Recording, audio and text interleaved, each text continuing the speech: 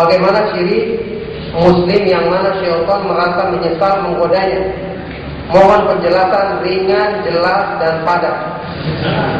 Jazakallahu khairan. Ya, penjelasan ringan, jelas, dan padat. Ini mungkin sehubungan dengan pembahasan yang saya pernah bahas ya, tentang orang syaitan yang menyesal menggodanya. Ini diterangkan oleh Ibnu Qayyim dalam mukadimah kitabnya Al-Wabil Sayyid. Jadi orang-orang yang syaitan itu merasa menggodanya, jadi Ibnu Qayyim membawakan sebuah asar. Ada salah seorang ulama salaf yang mengatakan, inna rajula la ya'malu hasanata yadkhulu biha an-nar wa inna rajula la ya'malu sayyi'ata yadkhulu biha al-jannah. Ini terbalik kan? Ada orang yang mengamalkan amalan soleh, dengan amal soleh ini dia justru masuk ke dalam neraka. Na'udzubillah min dzalik. Sebaliknya ada orang yang berbuat keburukan, dengan itu dia justru masuk ke dalam surga. Bertanya murid-muridnya, maksudnya bagaimana? Dia mengatakan, orang yang berbuat baik, tapi dengan kebaikannya dia menjadi sombong, menjadi terlalu pede, sehingga kesombongan ini membuat dia tidak merasa lagi minta perlindungan kepada Allah, merasa bangga, maka orang seperti ini tidak diterima ibadahnya. Kata salah seorang ulama salaf, ini inna ibadatal mubil la tas'ad. Ibadahnya orang yang membanggakan amalnya maka tidak akan naik, karena tidak dikatakan sebagai hamba, sudah bilang tadi, kalau dia tidak mempunyai perasaan merendahkan diri waktu ibadah. Itu bukan ibadah namanya.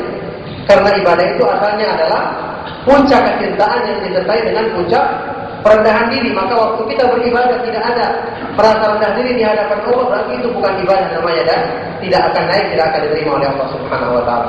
Orang yang kedua, dia melakukan perbuatan maksiat.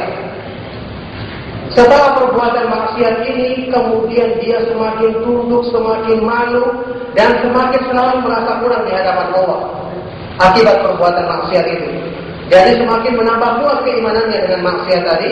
Orang yang seperti ini, yang kemudian syaitan, kata Ibnu Qayyim, merasa menyesal menggodanya, dengan syaitan mengatakan, ya laitani taraktuhu wa lam uqi'hu.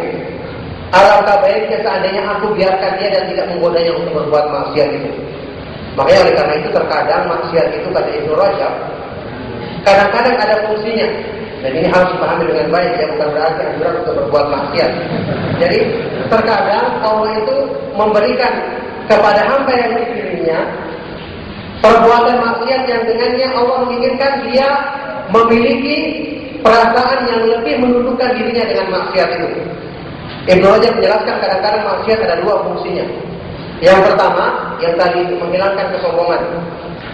Kalau hamba ini terlalu merasa tinggi dengan maksiat, maka akan dijadikan dia itu tunduk kepada Allah.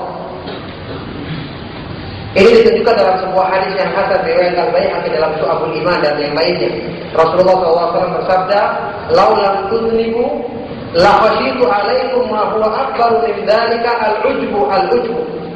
Seandainya kalian tidak berbuat dosa, aku khawatir kalian ditimpa yang lebih parah daripada itu, yaitu perasaan ujub, kagum terhadap diri sendiri. Perasaan ujub, kagum terhadap diri sendiri, artinya merasa bangga dan merasa cukup dengan apa yang dilakukan sehingga merasa bisa menjamin dirinya sendiri. Ini kadang-kadang dosa apa ini Allah takdirkan terjadi pada seorang hambanya untuk tujuan ini agar menghilangkan sifat ujub dalam dirinya.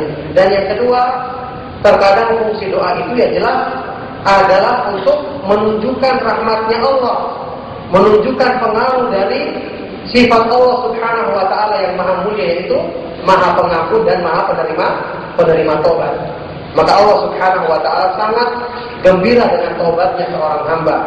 Ini faedah dari perbuatan dosa yang terkadang, yang ini dengan ini kita mengetahui ternyata hikmah daripada Allah Subhanahu wa taala menjadikan terkadang hamba-hambanya itu yang dicintainya berbuat dosa dengan tujuan seperti tadi.